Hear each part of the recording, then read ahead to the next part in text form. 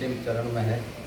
आज 6 बजे प्रचार बंद हो जाएगा और इसलिए उससे पहले आप लोगों के माध्यम से कुछ बातें जालोर की जनता तक पहुंचाना चाह रहे हैं।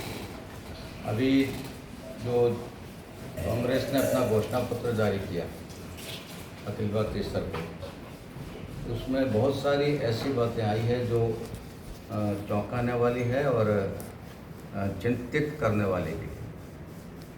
जो पहले कभी मनमोहन सिंह जी अपने प्रधानमंत्री काल में बोले होंगे, देश के संसाधनों पर पहला अधिकार अल्पसंख्यकों का है, तो उसी लाइन पर लगभग अब जा रहे हैं। तो कोई 50-60 साल पहले जिस तरह की सोच मुस्लिम लीग रखती होगी, उस तरह की सोच उनके उसमें से वापस निकल कर आई है कांग्रेस के घोषणा पत्र में से। तो ये सारी बातें बहुत आश्चर्यजनक है और इसलिए उस पर देश का ध्यान जाना बहुत ज़रूरी है और मतदान करने से पहले उन बातों पर भी देश की जनता को विचार करना चाहिए। ये भारतीय जनता पार्टी का निवेदन है। उनके घोषणा पत्र में जो सबसे बड़ी बात है वो यह है कि वो समाजवादी सोच कांग्रेस की शुरू से रही है। समाजवाद से, साम्यवाद से नेहरू जी भी बहुत अधिक प्रभावित रहे हैं, इंदिरा जी भी प्रभावित रही हैं।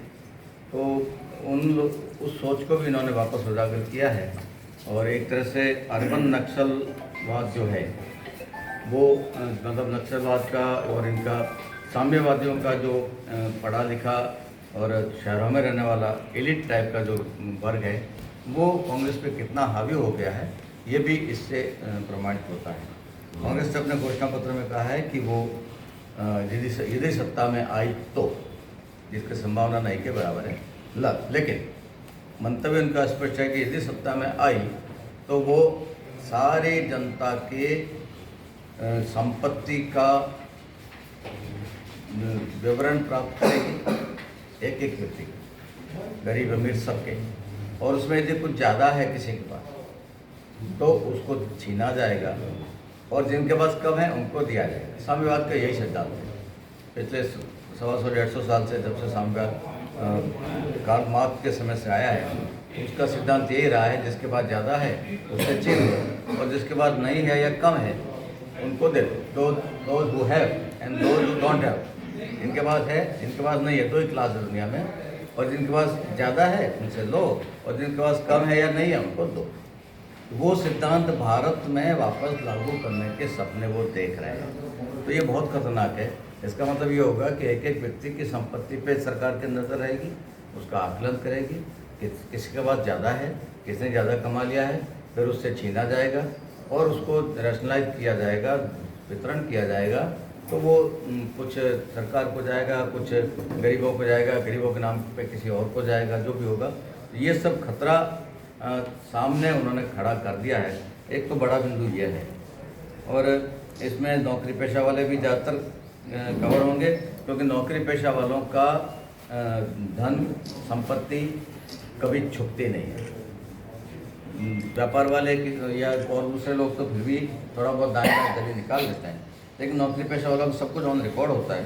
तो सबसे ज़्यादा प्रभावित वो लोग होने वाले सरकारी अधिकारी और कर्मचारी। सरकारी मांगी थी कर्नाटक सरकार से और वो लिखित में उनको उत्तर मिला है और उसमें यह बताया गया है कि जितने भी मुस्लिम है कर्नाटक में वो सब के सब ओबीसी में मान लिए गए। अपने आप ही कई मुस्लिम ओबीसी में है, लेकिन वो ओबीसी कमीशन के जांच के आधार पे है। जो मूल ओबीसी का जो अवधारणा थी मंडल कमीशन की, उसकी जांच के आधार पे है। मुसलमानों में भी जो वास्तव में कमज़ोर तबके के लोग हैं उनको उसमें लिया गया, कुछ जातियों को लिया गया, कुछ जातियों को नहीं लिया गया। लेकिन कर्नाटक सरकार ने अब एक नई सरकार आने के बाद उन्होंने 100% मुस्लिम आबादी, चाहे वो करोड़पति है तो भी, ऊंची बहुत प्रभावशाली है तो भी, अधिकार संपन्न है तो भी, उस पसमानदा और अधिकार संपन्न दोनों को एक समान मानते हुए सबको ओबीसी वर्ग में डाल दिया है। ये एक लीग से हटकर बात कर्नाटक में उन्होंने कर दी है प्रैक्टिकली। तो यदि देश